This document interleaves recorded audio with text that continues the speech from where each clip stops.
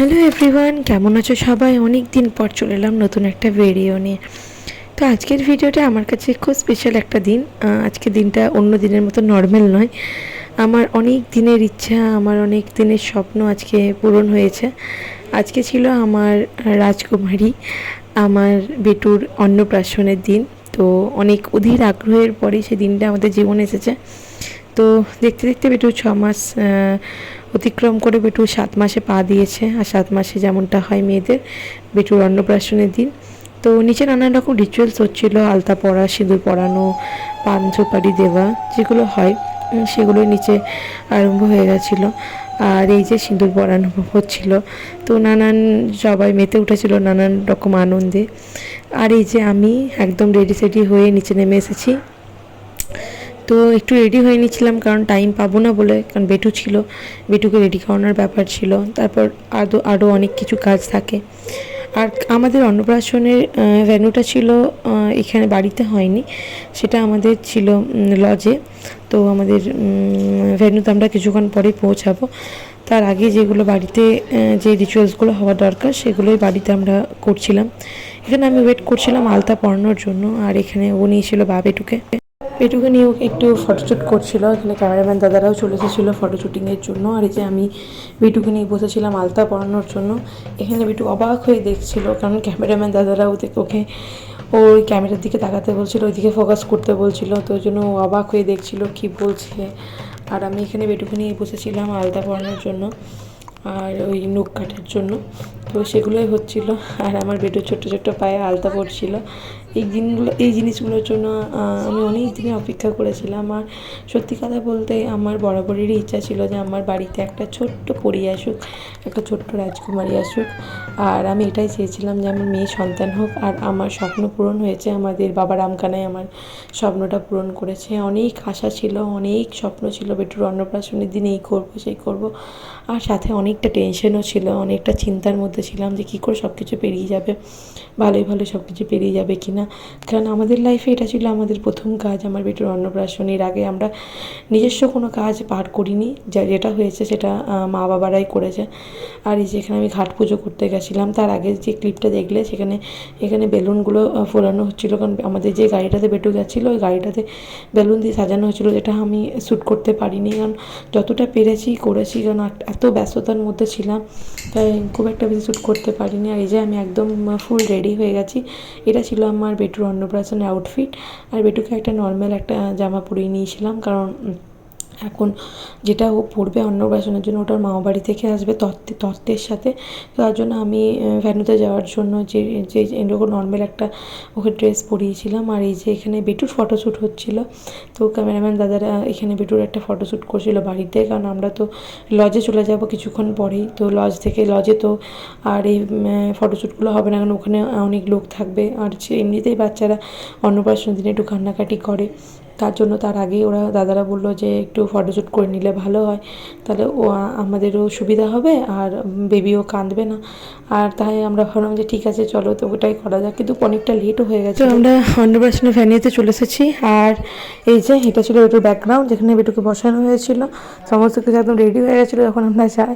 আর এখানে বসেছিল স্টলগুলো, যার মধ্যে মকটেল ছিল, ফুচকা ছিল, ডাল পকোড়া ছিল আর মটকা চা ছিল। এগুলো স্টলে হয়েছিল বেটুর অন্নপ্রাশনে। তো সবাই নানান রকম খাওয়াতে ব্যস্ত ছিল। আর এখানে বেটুর ফটোশ্যুট হচ্ছিল, সবাই বেটুকে নিয়ে ব্যস্ত। তত্ত্বও চলে এসেছে মামা বাড়ি থেকে। তত্ত্বগুলো জামাইবু সাজাচ্ছিল, নানা রকম তত্ত্ব এসেছিলো মামা বাড়ি থেকে, যার মধ্যে একটা প্রজাপতি মিষ্টি ছিল, আরও বেটুর টেডি বিয়ার, জামা কাপড়, আরও যেগুলো ওর মামা বাড়ি থেকে দিয়েছিল সমস্তটাই। আর এখানে ওর চান করার জন্য ব্যবস্থা করা হচ্ছিল। তো এই যে বেটুর লোটাস বাথটবটা রেডি করা হচ্ছিল। তো এটা আমার অনেক দিনের শখ ছিল যে বেটুর একটা মানে এরকমভাবে বেটুকে স্নান করাবো, কারণ আমার বিয়ে থেকেই আমার এটা শখ ছিল। কিন্তু যাই হোক কোনো কারণবশত তখন পাইনি, বা তখন এতটা অ্যাভেলেবেল ছিল না, যেটা এখন হয়েছে। তো তার জন্য ট্রেন্ডিংয়ে চলছে, তার জন্য আমিও করে ফেললাম বেটুর অন্নপ্রাশনে। আমি চেয়েছিলাম বেটুর অন্নপ্রাশনে যেন কোনো খামতি না থাকে। এখানে বেটুকে রেডি করানো হচ্ছিলো, ওর মাসি, দাদু, তারপর দিদন সবাই মিলে রেডি করছিল, ওর ঠাম্মি সবাই মিলে ওকে রেডি করা হচ্ছিলো। এখানে এই যে দিদি এখানে ওকে চুড়ি টুড়ি পরাচ্ছিল, ওর মামুনির কাছেও সাজুগুজু করছিল। আর সবাই মানে একদম একটা রুমের মধ্যে পুরো ব্যস্ত হয়ে গেছিলো ওকে নিয়ে। আর ওকে যেগুলো মামা ঘর থেকে এনেছিলো সেগুলো বড়ি রেডি করা হচ্ছিলো, তাড়াতাড়ি করা হচ্ছিলো কারণ অনেকটা লেট হয়ে গেছিলো। অ্যাকচুয়ালি বাড়িতে কিছু রিচুয়ালস হয়েছে আর কিছুটা হয়েছে লজে, তো ওই জন্য আমাদের একটু টাইমের প্রবলেম হয়ে গেছিলো, তাই তাড়াহুড়ো করে সমস্তটা করতে হচ্ছিলো। তার মধ্যে বাচ্চা ছেলে ওর তখনই ঘুম পাচ্ছিলো, আবার তখনই একটু খ্যান করছিল, কাঁদছিল, যেরকম হয় আর কি। ছোটো ছেলে ওর মানে ওরা একটু অ্যাডজাস্ট করতে টাইম লাগছিলো পরিবেশের সাথে, কারণ অনেক লোক ছিল যেখানে, সবাইকে দেখে। আর আমার খুব শখ ছিল যে আমার যদি মেয়ে হয় তাহলে আমি তাকে বউয়ের মতন করে সাজাবো, মানে ফুল লুকটা ওর বউয়ের মতন হবে। তো এটা আমার অনেক দিনের শখ ছিল। তো সেরকমভাবে মা বাবা আমার দিদি জামাইবু সবাই ব্যবস্থা করেছিল, মানে ওর যেহেতু ওটা মামা ঘর থেকেই আসে, যেটা ও পুড়ে ভাত খাবে সেই জিনিসটা মা বাড়ি থেকেই আসে, তাই মারাও চেষ্টা করেছে আমার শখটাকে পূরণ করার, তাই মারাও সেরকমভাবে আয়োজন করেছিল। তো তারপরে হয়েছে যার জন্য এত আয়োজন এত কিছু, সেই পর্বের পালা। তো বেটুকে এখন ফুলের সাজে সজ্জিত করা হচ্ছিল, নানান রকম ফুলের মুকুট মালা সমস্ত কিছু পরানো হচ্ছিল, যেগুলো দাদু ভাইয়ের জন্য এনেছিল। তো সমস্ত কিছু পরিয়ে রেডি করা হচ্ছিল। ওর প্রথম মুখে ভাত ওর মামায়ের হাতে, তো সেটা আমি যদিও ক্যাপচার করতে পারিনি নানান ব্যস্ততার কারণে, সেই মোমেন্টটা আমি কোনোভাবে তুলে ধরতে পারিনি। তাই যতটুকু ছিল এর ওর কাছ থেকে নিয়ে যতটুকু পেরেছি সেটাই শেয়ার করলাম। অন্য কোনো ভিডিওতে অবশ্যই পেটুর মুখে ভাতের ভিডিওটা শেয়ার করব। তারপর আমরা খেতে বসে গেছিলাম, আর এরকমভাবে বাইরেটা ডেকোরেশন করা হয়েছিল বেলুন দিয়ে। তো সব কিছু শেষে এবার সবার একে একে বাড়ি ফেরার পালা। এখানে জামাইবু বেটুকে আদর করছিল, নানান রকমভাবে ওকে হাসানোর চেষ্টা করছিল, আর সমস্ত কিছু খুব ভালোভাবে খুব সুন্দরভাবে সুসম্পন্ন হয়েছে। সেটার জন্য আমরা সকলেই খুব আনন্দিত যে এত সুন্দরভাবে বেটুর অন্নপ্রাশনটা আমরা পার করতে পেরেছি। তো রামকানের কাছে এটাই আমার অনুরোধ ছিল যে সমস্ত কিছু যেন ভালোই ভালো পেরিয়ে যায়, আর ঠাকুরের আশীর্বাদে বড়দের আশীর্বাদে সত্যি করে খুব সুন্দরভাবে পার করতে পেরেছি। তারপর বাড়ি ফিরে আসার পর একটু ফুচকা পার্টি হয়েছিল। বাংলায় একটা প্রবাদ আছে, যার শেষ ভালো তার সব ভালো। তো বেটুর অন্নপ্রাশনের একদম অন্তিম পর্বে এসে আমাদের আনন্দটাকে আরও দ্বিগুণ করার জন্য, আরও ডাবল করার জন্য আমরা ব্যান্ড পার্টিটাকে বাড়িতে আনার ব্যবস্থা করেছিলাম। এরকম আনার ব্যবস্থা করেছিলাম কথাটার অর্থ হলো যে ব্যান্ড পার্টিটা আমাদের ওখানেই ব্যবস্থা হয়েছিল, কিন্তু নানান রকম ব্যস্ততার কারণে, নানান রকম পরিস্থিতির কারণে ওখানে সবাই নাচতে পারেনি, নাচানাচি করতে পারেনি। তার জন্য সকলের আর্জি মাথায় রেখে, সকলের কথা চিন্তা করে আমার শ্বশুরমশাই এবং আমি ঠিক করলাম যে ব্যান্ড পার্টিটাকে বাড়িতে ডাকা হোক।